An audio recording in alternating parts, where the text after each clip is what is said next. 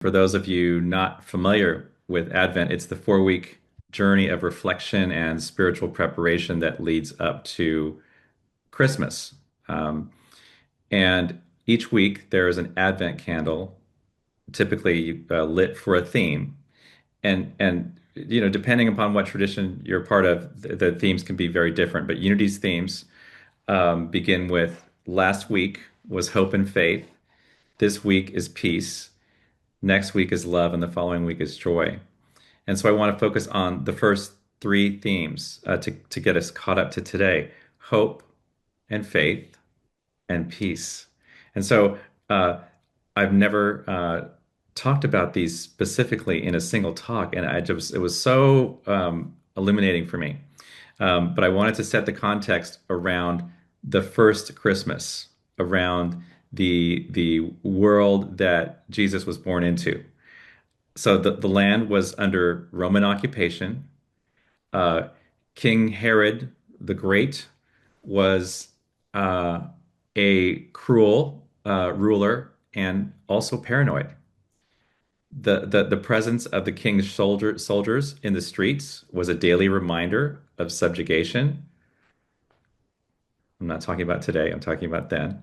Taxes were super high, poverty was widespread, the leadership was corrupt, there was division among the people. Once again, I'm talking about 2,000 years ago. The world needed something to hope for. And a new Messiah was the promised fulfillment of that hope. Okay.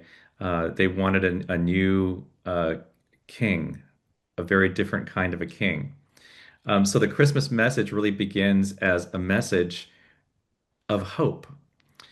And in the Advent language, you can think of hope as a rising star in the east and the promise of a new king that would be the leader of the people. Um, but hope is the first step. Hope was so important then, and it's so important always. It's so important today. It helps us imagine something better. It helps keep our spirits up when we can't see the light. I often think of hope is you're in a dark place and you can see this little crack of light, or you can see this star.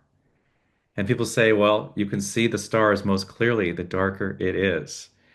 So hope is like that. Um, Howard Thurman wrote, this is really interesting. Hope is a memory of the future. What does that mean? Hope is a memory of the future. It could mean many things, but I think one of the things it means is it's remembering that you have a future. It's remembering that you have a future. It's maybe a memory of we've gotten through this before as a people, and this too shall pass, and something wonderful is going to happen. Something wonderful is emerging. That's hope. So I like to think of this as a threshold. We stand at the threshold of hope and faith, and we stand there, I believe, many of us all the time. We have a choice. Okay, so if hope is over here, we can approach that threshold where faith begins. And if you think about hope versus faith, hope lives in the emotional realm, whereas faith lives in the spiritual realm. The 12 powers in unity, hope is not one of those. Faith is one of those, okay? Because faith is a true spiritual power. Hope is looking to the future. Faith is present tense. Hope is, when we pray in the traditional way, we pray to God outside of us. We're asking, please bring us something.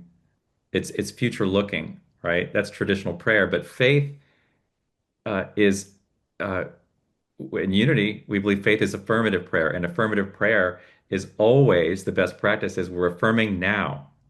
I am abundant. I am complete. I am whole. I am worthy. It's always in the now, just like faith is. Hope looks towards possibility, and faith stands in knowing.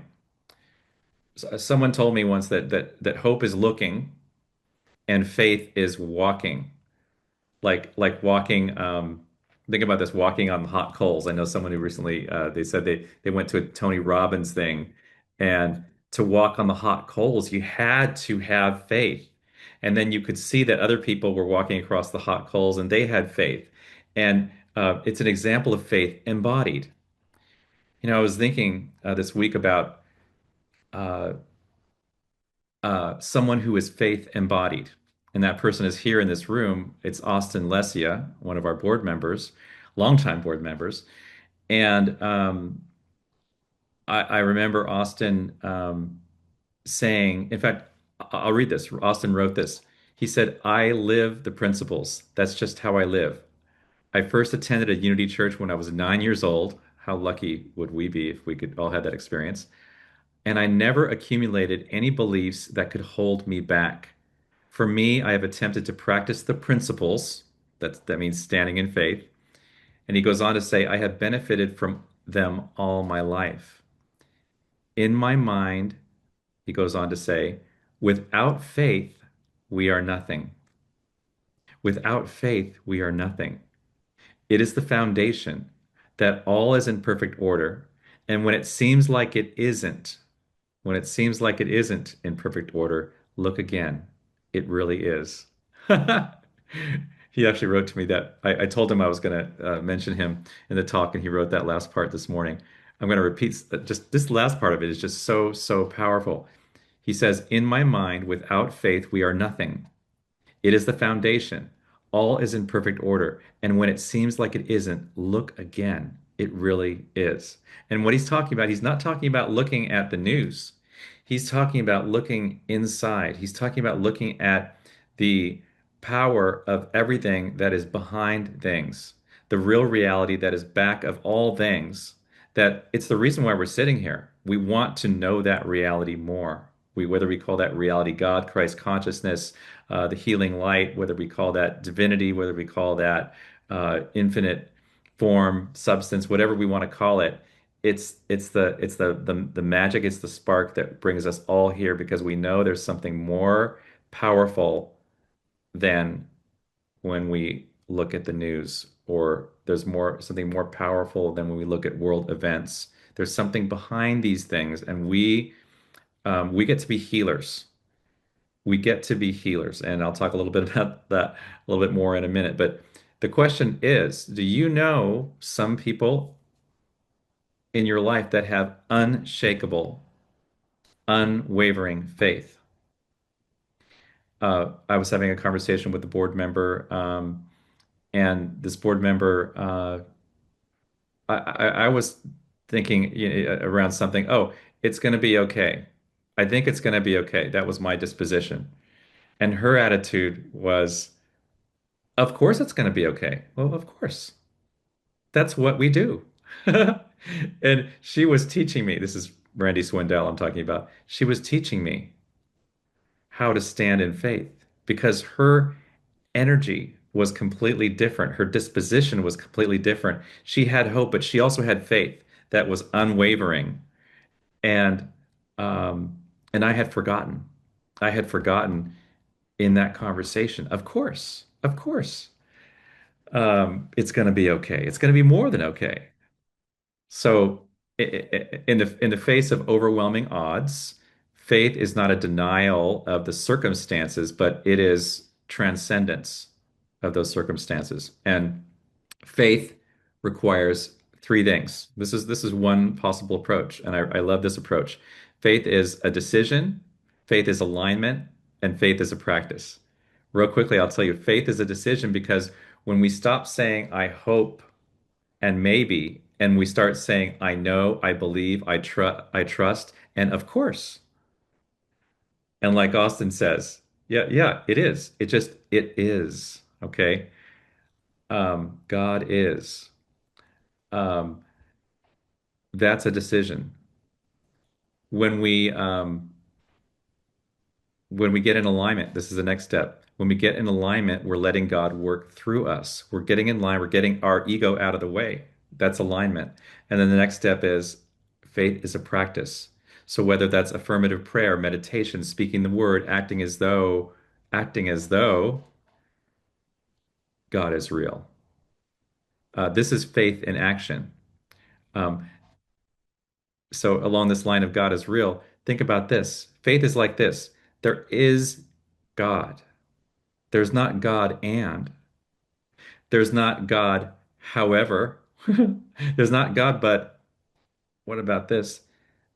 There's not God except when there's not. No, because God is all there is. So either you're all in for God or not. It's a binary choice. Either you're all in or you're not. And that is the power of faith in action. So this brings me to present day, where we celebrate the Advent theme of peace if we decide to. This is an excellent exercise any time of the year, but I want to conclude with some thoughts about peace now, because we stand at a threshold too. We can have the consciousness of peace or not. It's a kind of a binary choice too. We don't have to look for proof in the world. Oh, is it peaceful yet? Looking out the window, is it peaceful yet? Right? Looking at the news, is it peaceful yet? Is my peace prayer working? No, because peace is what we bring.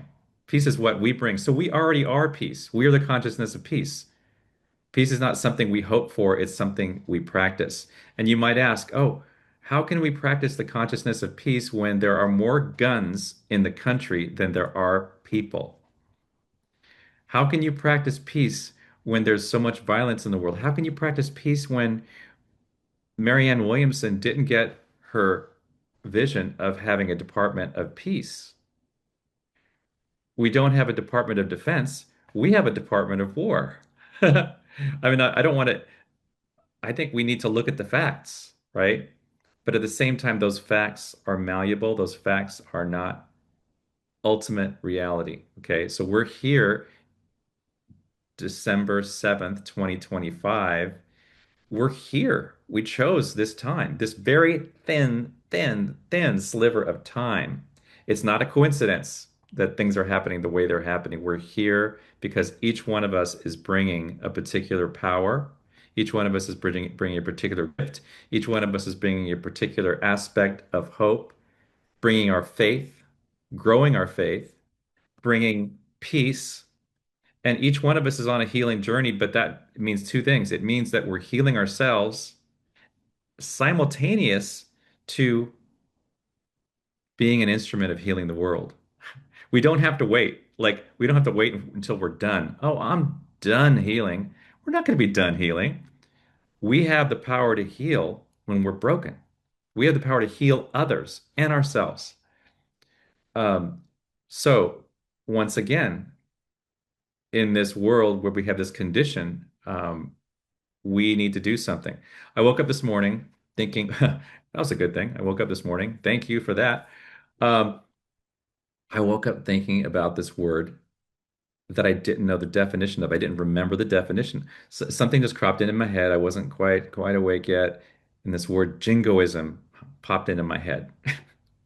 Jingoism, and it's like I'm like, what? What does that mean? I remember there's a movie called Django Unchained, and that's Jingo. But I looked on Wikipedia, and jingoism, it says, is the nationalism in the form of aggressive and proactive foreign policy, such as a country's advocacy for use of threats and force as opposed to peaceful relations. Jingoism is excessive bias in judging one's own country as superior to others, an extreme type of nationalism, right? And so I thought about that. Wow, I've got to mention that today because are we? Are we jingoistic? Do we have elements of the world here, that our country that are jingoistic, that we're better than all other countries, and we would rather use force than peaceful relations? It's Pearl Harbor Day. It's an appropriate time to ask ourselves, would we rather focus on war or would we rather focus on peace? Um, so another area that I thought was apropos was thinking about Pope Leo. And Pope Leo had some thoughts about peace. He frames peace not just as the absence of war. Peace is not just the absence of violence, but peace is active reconciliation, justice, dignity, compassion, um, emphasizing diplomacy and talking, communicating rather than force. And that viewpoint often flies in the face of political leadership in the world. In the world. The leaders of the greatest countries, they've got the biggest nuclear arsenals. Have you seen the movie House of Dynamite? We live in a house of dynamite. I highly recommend that movie, by the way. Pope Leo goes on to encourage diplomacy, conversation, empathy among parties who might otherwise only respond to military pressure. And he advocates for treating refugees, civilians, and immigrants with compassion and dignity, including protection of the poor and the marginalized. So this reminds me of Jesus. This reminds me of Jesus, and it reminds me of Martin Luther King, and it reminds me of Gandhi. I think I said at one point, Gandhi said, "Oh, our our peace, our non-resistance is not passive at all. It's not passive at all. It's very active. We've got to be in people's face about this peace here. We've got to be standing in peace, and we've got to protect our own individual peace. We've got to protect that at all costs. But then we can be emissaries of peace." So, coming full circle and concluding, um, how can we, first of all, stand at the threshold of hope and faith and walk into that stance of faith more often, where we're embodying, like Austin, and there's many people in this room that embody it. They are representative of, watch that person. That's what faith does. That's what standing in principle, that's another way to put it, does. So how can we do that? How can we stand in faith? Who do we know that we can use as a guide? And how can we stand at the other threshold? Peace or not peace? Consciousness of peace or not? Me being an instrument of peace, an emissary of peace or not? I mean, I can't wait for the world to get peaceful before I choose to have a consciousness of total peace. So those are the answers are up to you. Each one of us is a healer with unique gifts to share in all of these areas and so many more. So I stand in awe of these powers, of these three themes, hope, faith, and peace, and I hope that you explore them a little bit more as we go into this holiday season. And I'm going to read real quickly. I saw something come into the chat. I like to read the chat. Janet was thinking about the scripture that she grew up with. Faith is the substance of things hoped for. It's the substance of the things that you hope for. It's the proof in itself. And it's the evidence of things not seen.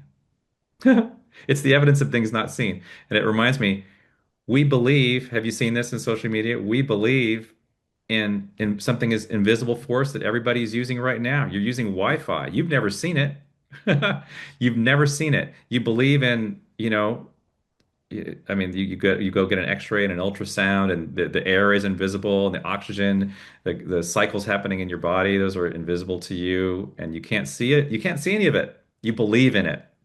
I believe in this chair is going to hold me for the next 5 minutes at least. So we believe, like Janet reminded us, that faith is the evidence of things not seen, and that faith is all the things that we talk about at every service. And so it is.